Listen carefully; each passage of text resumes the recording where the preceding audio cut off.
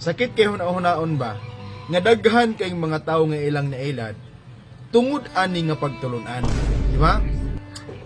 Sakit kay hunaon nga daghan kay mga tao nga nailad anang mga tawhana nga nagwali anang mga pamaagiha. Kay musugot kag sa dili. Kung dili gali ang Bible may pundasyon sa iyong pagtuo, sayop gyud na nga pagtulunan. Kung mayon kag simbahan, sayop gyud na siya. Naunsa naman yung mga pastuya, nahulog naman nga mas labaw pa silang San Pablo nga nagsulat niya ng 1 Timothy chapter 3 verse 15. San Pablo mismo nag-ingon nga ang simbahan mao ang haligi og patukuranan sa tanang kamatuoran.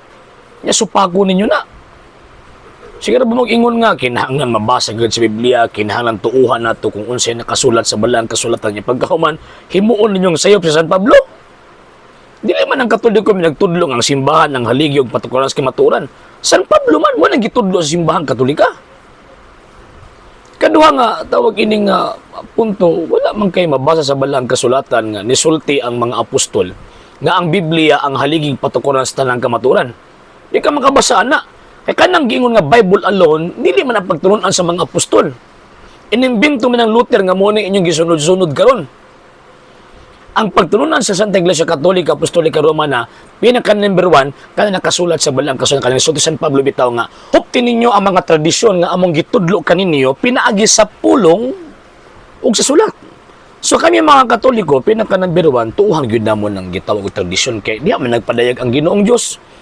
Mao man na ang buhing pagtuo nga dapat ipasapasa from the time of Christ, katong gingon ni Kristo nga tudloi sila sa tanan nga akong gisugo ninyo at the same time tuuhan po itong mga gitawag o nakasulat. Wala nagpasabot nga nakasulat lang ang atuang tuuhan. Kaya sa akong gingon, dili na pagtulunan sa mga apostol kung nakasulat lang ang gitawag og tuuhan. So kaya nakasulat o ang tradisyon ang naga-implementar ni ana, ang nagadala ni ana, ang nagapasabot ni ana ang simbahang gitukod ni Kristo nga mo ng Iglesia Katolika Apostolika Romana o kanang maong iglesia ha, kanang gingon ng Iglesia Katolika Apostolika Romana mao nang gisulti ni San Pablo nga haligi og patukuranan sa tanang kamatuoran.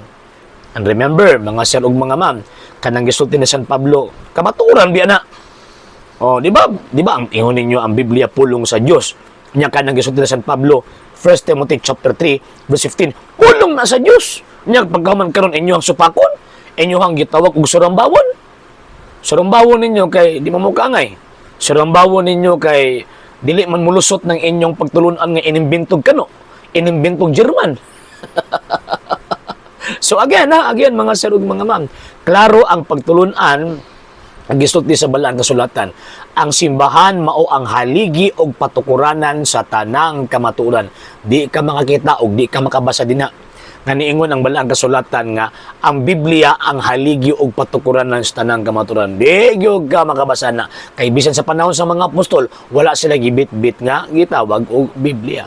Okay? Sa hindi pa po nakapag-follow sa mga pages po natin, i-follow nyo po yung mga pages po natin, RJ Horolanciano II, TV Apolia Punto Argumento page, Kuya Apologist TV page, and RJ's Vlog 2022. And pwede rin po kayo mag-send po dyan ng Facebook stars. And also, sa ating po mga channels, sa hindi po nakapag-subscribe, subscribe po ninyo yung mga channels natin, The Lay Catholic, Apologist International Official, RJ Sano II TV, Kuya Apologist TV, and Barrio Kawayan Religious Forum.